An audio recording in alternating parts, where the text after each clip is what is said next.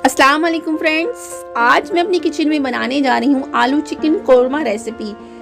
और इसके लिए ले लिया मैंने कढ़ाई और मैं डाल रही हूँ उसमें 4 टेबलस्पून मस्टर्ड ऑयल। आप अपनी पसंद का कोई भी ऑयल या घी इसमें लेके बना सकते हैं। तो इसके अच्छे से गर्म होते ही मैं इसमें ऐड करूँगी एक मीडियम साइज की प्याज बारीक चॉप हुई हुई, और इसको हल्का सा गोल्डन ब्राउन होने देंगे।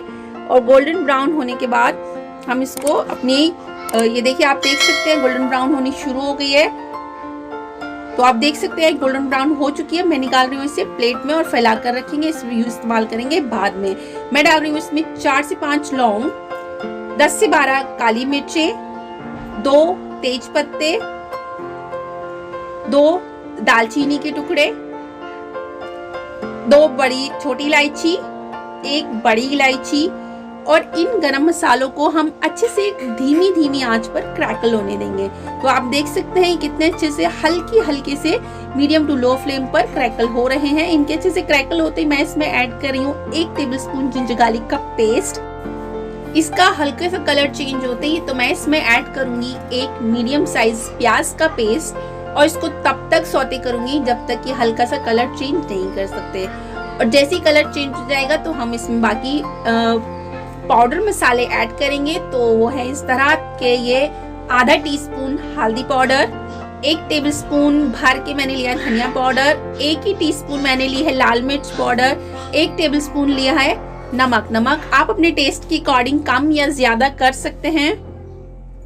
तो इन्हें हम जब तक भूनेंगे जब तक ये ऑयल रिलीज नहीं कर देते, एकदम से दानेदार हमारा मसाला नहीं भुन जाता। हल्का सा पानी भी डाला था मैंने इसमें, इसको भूनते टाइम।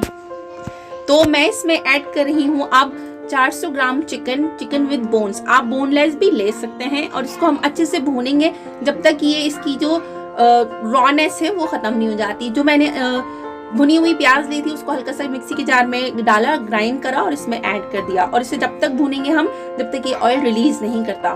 तो आप देख सकते हैं कितने अच्छे से ये ऑयल रिलीज करने लगा है। तो मैं डाल रही हूँ इसमें इतने बड़े बड़े साइज के आलू। ये 400 ग्राम आलू हैं। आप अपनी पसंद के किसी भी शेप में इन्हें काट के इसमें ऐड कर सकते हैं। तो इन्हें भी मैं 2 मिनट के लिए भूनूंगी इस चिकन के साथ साथ, ताकि हमारा जो मसाला है इन आलूओं में भी थोड़ा सा एब्जॉर्ब हो जाए। तो बहुत अच्छे से एब्जॉर्ब होने के बाद 2 मिनट भूनने के बाद मैं इसमें ऐड कर रही हूँ 3 बाउल पानी, जो अगर ml या लीटर में नापा जाए तो 400 ml इसलिए पानी होगा। और इसको हम जब तक पकाएंगे जब तक कि हमारे आलू और चिकन बहुत अच्छे से टेंडर नहीं हो जाते। एक बार चलाएंगे और फिर इसकी लिड लगाकर ढककर पकने देंगे जब तक कि ये टेंडर नहीं हो जाते। तो आप देख सकते हैं ये कितने अच्छे से पकना शुरू हो रहे हैं।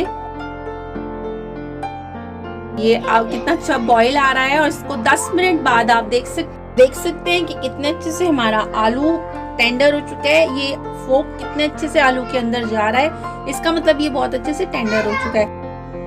तो अब मैं कर लेती हूँ इसको डिश आउट। और आप देख सकते हैं हमारा आलू चिकन कोरमा करी बनकर तैयार है। और मैं इसको गार्निश कर रही हूँ हरा धनिये से।